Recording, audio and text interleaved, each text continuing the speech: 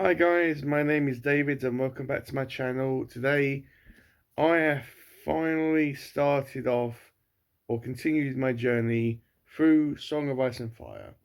I was supposed to finish this book in 2024 and yeah, that didn't happen. I forget the reason. It's been a while since I've read Song of Ice and Fire, at least probably going on for about 3, maybe 4 months. And yeah, I picked this book up. This is Storm of Swords Part 2, Blood and Gold. Yes, I know that in other countries, A Storm of Swords is one book, but in the UK, it is split up into two books. And with that said, I am going to be classifying book one and book two as two separate books because, yeah, they physically are. Well, in the UK anyway. So yeah, I really enjoyed reading this, and I thought I would do continue doing my vlog for it because why not? So we've just been reading about Dany or Daenerys Targaryen as she has been continuously um, getting as many warriors as she can to get back the Iron Throne and to become the Queen of Westeros and the Seven Kingdoms. People are still looking at her as a weak female. I'm still not entirely sure whether she is or whether she isn't, because I believe that the main reason why the downfall of the Targaryens happened is because they put too much faith in their dragons, and I believe that Dany, she has the risk of doing the same thing. She needs to kind of learn to stand on her own 2 feet. And yes, people are fearful of her dragons, and that's why they come and see her, not because she's the true queen of the Seven Kingdoms, but they come to see her dragons and her second. So she needs to kind of establish herself as a ruler and someone that shouldn't be crossed. And oh yeah, and by the way, I happen to have dragons with me as well. She has been getting all these warriors, as I said, so she can get this massive army to take back the throne. And yeah, it's really good. The dragons, I believe, are getting bigger, and she's learned a little bit about her brother, whose name escapes me, the one that Robert defeated, Robert Baratheon. And yeah, that was a really good thing to read about her brother's personality and a little bit about his life. And yeah, I'm looking forward to reading more from Danny. So I've just read about Arya Stark. She's with the Outlaws as she was in the previous book. She seems to be so determined still to get back to her family and to Winterfell, and she still has all this anger about what happened to her father. And yeah, she gets captured by the Hound, which I'm pretty sure he was drunk at the time. And yeah, I mean, I'm surprised about how word hasn't got to Arya that Winterfell has been captured, but I do have a strong suspicion that the Hound will tell her that kind of, yeah, detail. And there's also this um, little nudge about a wedding. I know what this may be implying. It's kind of a downfall about YouTube and watching videos about the series. And okay, this is all the stuff that's spoiled for me, but I'm still looking forward to reading it. And we continue on following with Jamie and Brienne. Now, Jamie is still really, um, really. wanting to get back to Cersei and to King's Landing and pick up from where he left off. But he knows that his father will see him as a cripple, as being, yeah, he has a weakness. And he has this weird dream where his pretty much everybody that he knows, his family, and even the king who he killed, and are actually kind of turning their backs on him. And I don't know what that's about. I don't know whether it's a just a standard dream that Jamie had, or whether it's something more like a vision, um, kind of like what Bran does when he puts his consciousness into the body of a direwolf. I don't know whether it's something similar or whether it's just a standard dream. But when he wakes up, he finds that Brienne has been put into like this massive pit in the ground where this bear is attacking her. It's more or less like a gladiator ring, but she has been given a fake sword, and Jamie does something that is completely out of character. He becomes a hero. He jumps into this pit with this bear and puts himself in front. In front of Brienne. So he confronts this bear, and he actually saves her. Well, he has some help. Basically, he protects her and shields her from this massive bear that wants to kill her. And one of his friends shoots arrows into the bear, and that's what kills it. But this is like a massive turning point for Jamie, as he has become, as I said, a hero, and he has started to um, think of others and care about others, and also care about Brienne, who he kind of um, wanted to manipulate and try to escape from. So I'm actually really interested to see where Jamie is going to ultimately end up at the end of the book. Hi guys, so I thought I would come to the park today, as it's a decent day. It's not really sunny, it's not raining or particularly cold.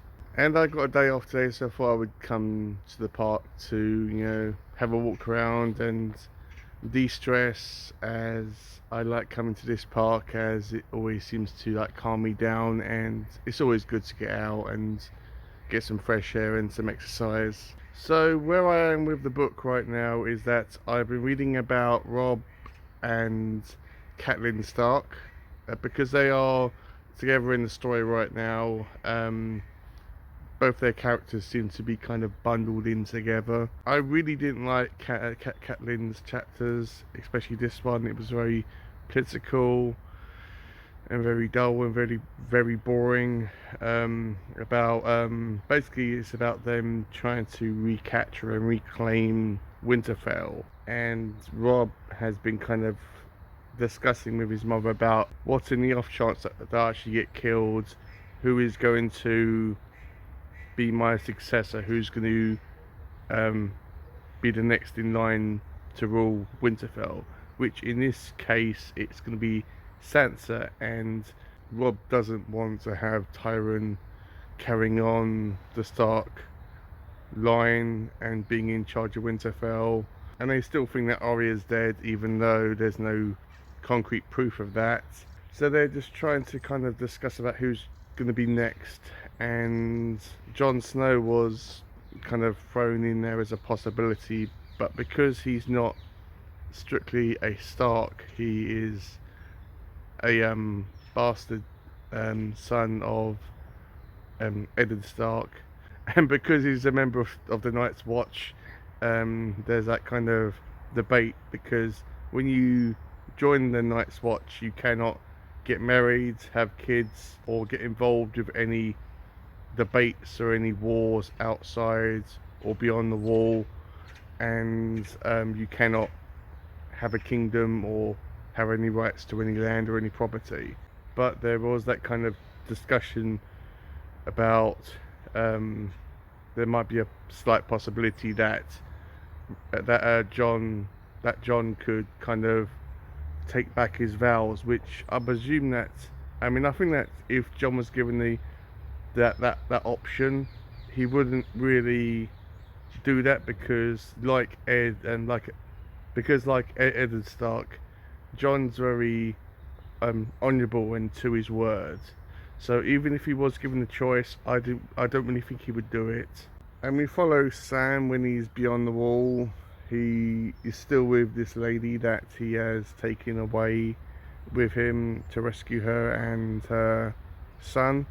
Um, and yeah, they are still on the other side of the wall, north of the wall, and Sam's kind of struggling with that where exactly they are, because he's a map writer. He's pretty sure that they're at one location, which I had a look at the map in the book, and it's more or less next to the wall, so they're pretty much there. If that is the location which they're currently at, they find this kind of ruins of this massive, you know, King's Hall, and they go in there and get warm.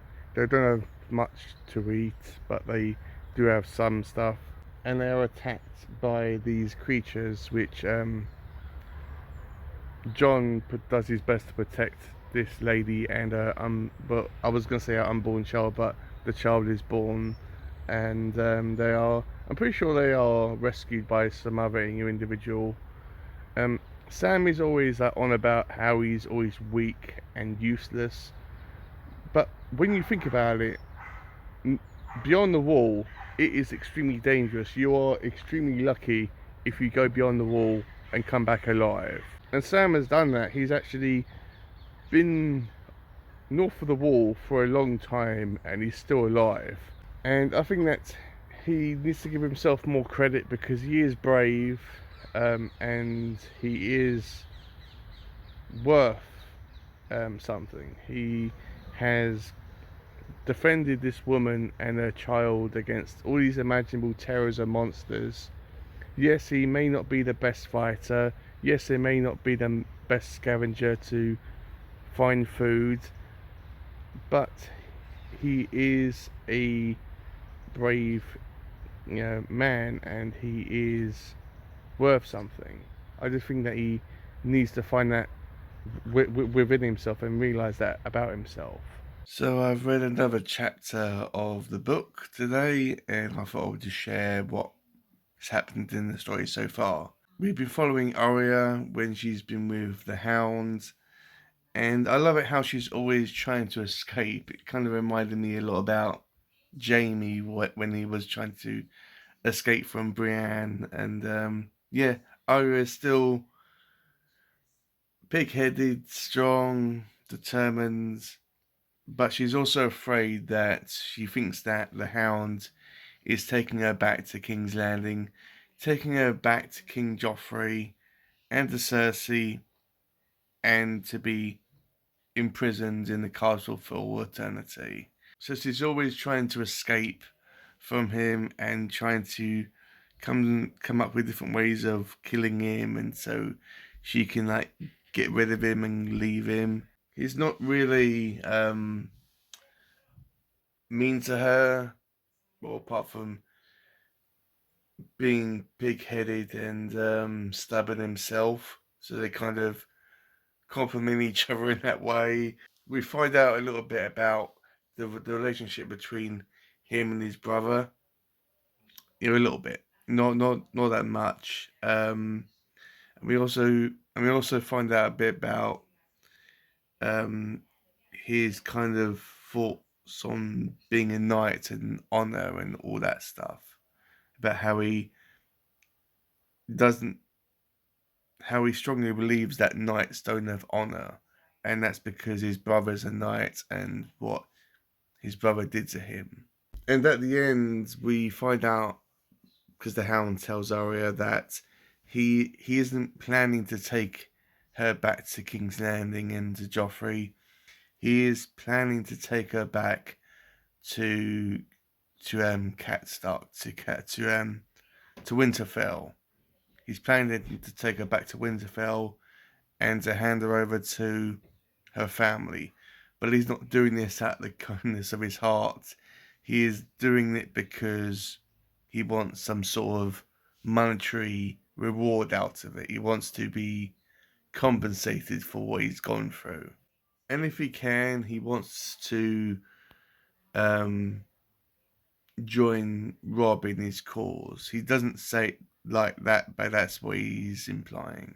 Anyway, I have recently went online just now and I found out that there was a Ginger Eater exhibition, kind of random for me to mention in this video, but I'm a massive Ginger Eater fan. He's a really good horror manga writer and artist. And I found out that in Tokyo there was a exhibition called the Enchantment exhibition.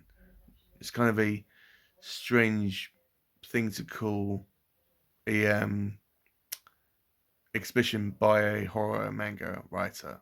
Anyway, I found out that there was a kind of a guidebook, a slash art book.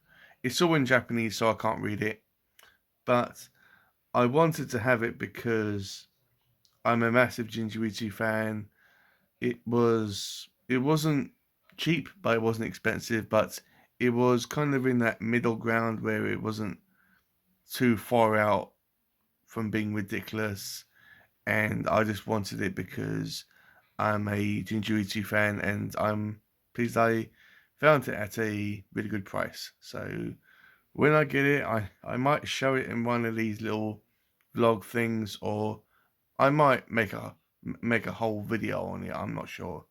Let me know down below if you would like me to just briefly show it in these vlog clips for this book, or whether you would like me to do a separate video on this guidebook from this new exhibition, or whether I don't know. I don't even know if anyone would even care if I showed it. But I'm pleased I have it, or I'm gonna have it. Hey guys, so this is going to be my final clip for this vlog.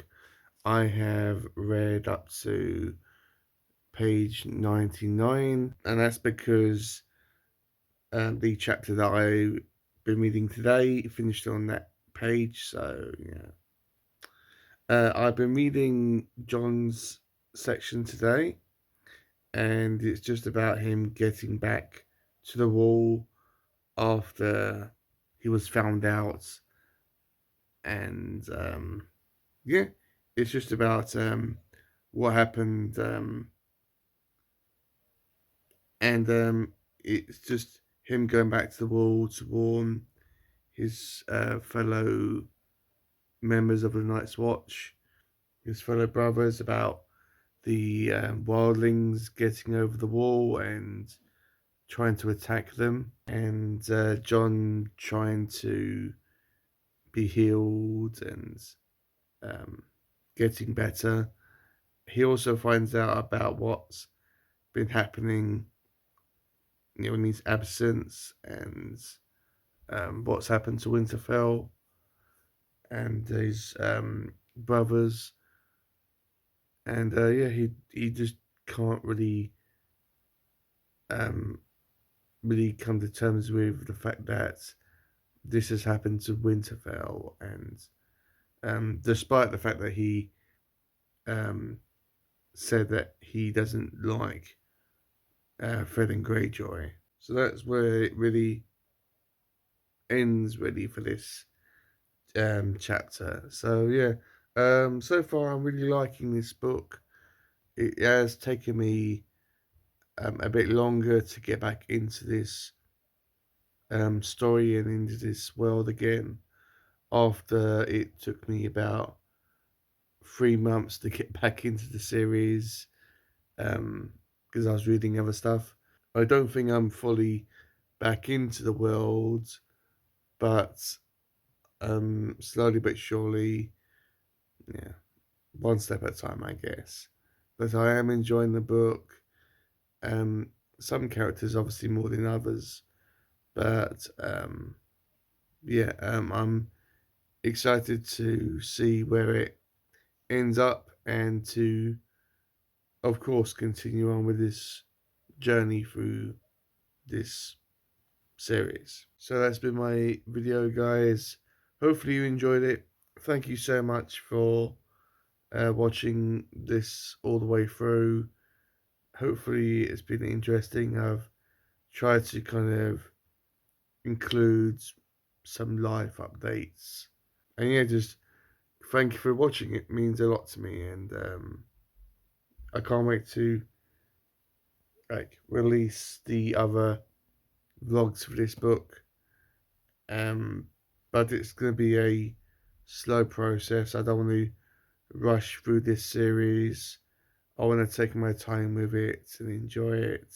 Yes, I would like to finish up each book, in a month. Um, but I don't want to force myself to do that.